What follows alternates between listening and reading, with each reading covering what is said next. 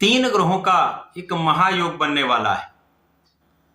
प्रिय दर्शकों, 23 मई से 9 ग्रहों में से 3 अत्यंत महत्वपूर्ण ग्रह हैं जिनका लगभग साथ साथ ही परिवर्तन होता है तथा ये अधिकतम एक साथ ही गोचर करते हैं का एक महायोग बनने वाला है, जिससे कुछ ऐसी स्थितियां बनेंगी जो समस्त राशि के जातकों को कुछ विशेष प्रभाव देने वाली होंगी, कुछ बड़े लाभ मिल सकते हैं। जय श्री गणेश, नमस्कार। मैं आचार्य संजय द्विवेदी। मेरे समस्त प्रबुद्ध दर्शकों का मेरे चैनल पर हार्दिक स्वागत है।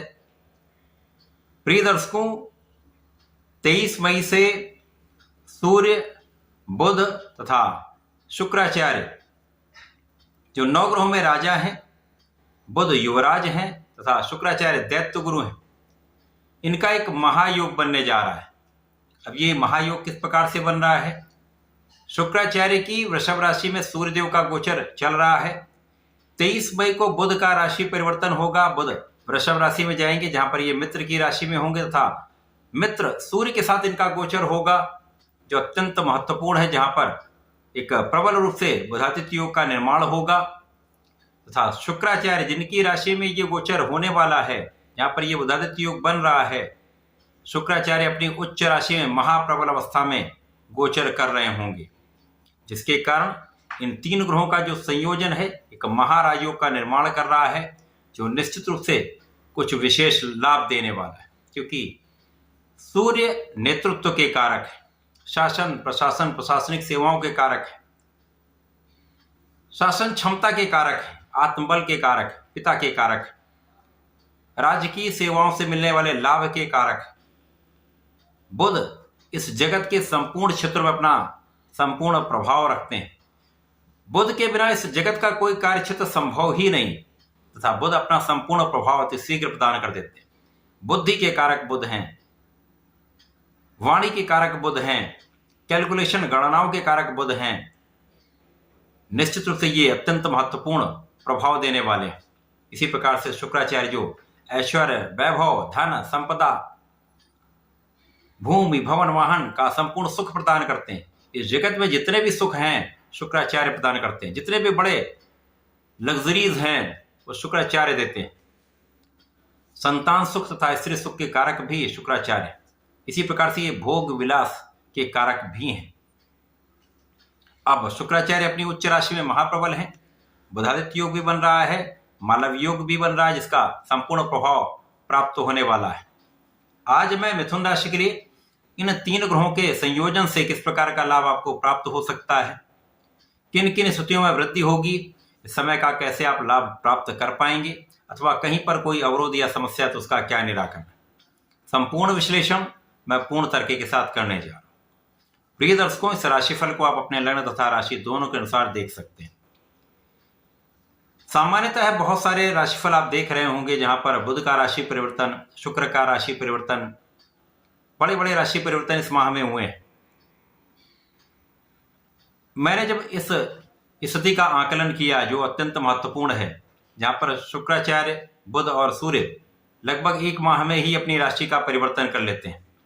आप सभी ने देखा होगा कि अधिकतम समय में सूर्य बुध साथ में होते हैं अथवा सूर्य शुक्र साथ में होते हैं अथवा बुध शुक्र का संयोजन बनता है, तो इनका कहीं ना कहीं आपस में गोचर में आपसी प्रभाव प्राप्त होता रहता है। तो इस महत्वपूर्ण स्थिति पर मैंने इस वीडियो को बनाने का पूर्ण प्रयत्न किया है, क्योंकि यह अत्यंत विशेष स्थिति बना रहा है। मिथुन राशि के लिए सूर्य और बुध का गोचर आपके 12वें भाव में है, जो कि त्रिक भाव है। यद्यपि यह त्रिक भाव है, परंतु यहाँ पर बुधादित्य योग बन रहा है। सूर्य यहाँ पर बलवान होंगे और सूर्य को कोई त्रिक दोष नहीं लगता है।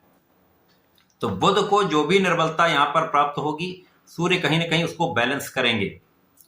यहाँ पर कर्म क्षेत्र में शुक्राचार्य का गोचर चल रहा है, जो महाबलवान हो चुके हैं। तो मिथुन राशि के लिए कुछ ऐसी स्थितियां बन रही जो आपके लिए अत्यंत विशेष है। विशेष रूप से यहाँ पर यदि कहीं पर कोई कानूनी समस्या आपकी चल रही है, किसी प्रकार का कोई लिटिगेशन है, उसमें आपकी विजय तय है। इस समय में आपका पक्ष बलवान रहेगा तथा शत्रुओं का यहां पर विनाश निश्चित है। कोई भी ज्ञात अज्ञात शत्रु उसका पराभव निश्चित है। कुछ मौसम के रोग हो सकते हैं, आंखों से संबंधित कुछ विकार हो सकता है, एलर्जी हो सकती है, स्किन तथा कहीं ये बालों से संबंधित कुछ एलर्जी की समस्या हो सकती है, तो यहां आपको ध्यान रखना चाहिए। बाकी किसी प्रकार की कोई बड़ी समस्या का योग नहीं।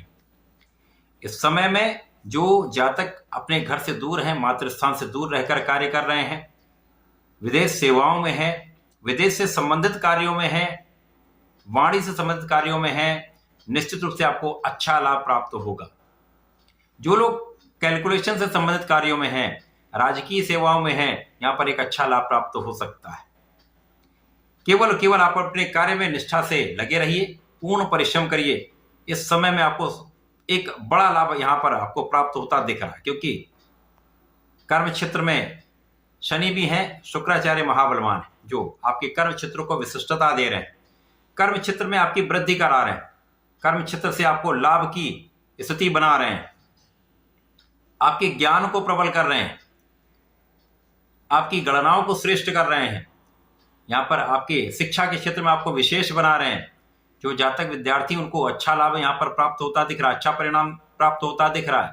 तथा संतान पक्ष बलवान रहेगी, संतान से आपको सुख प्राप्त होगा। इस पूरे समय में आपके ज्ञान का आप संपूर्ण उपयोग कर पाएंगे, अपने नेतृत्व की क्षमता का संपूर्ण उपयोग कर पाएंगे, अपने बुद्धि बल का संपूर्ण उपयोग कर पाएंगे तथा वाणी से श्रेष्ठ लाभ आप ले पाएंगे। इसी प्रकार से इस समय में लोगों का सहयोग आपको आपके कार्यक्षेत्र में मिलने वाला है, लोगों के बीच में आपका प्रभाव बढ़ने वाला है, एक अच्छा मान सम्मान यहां पर आपको प्राप्त होता दिख रहा है।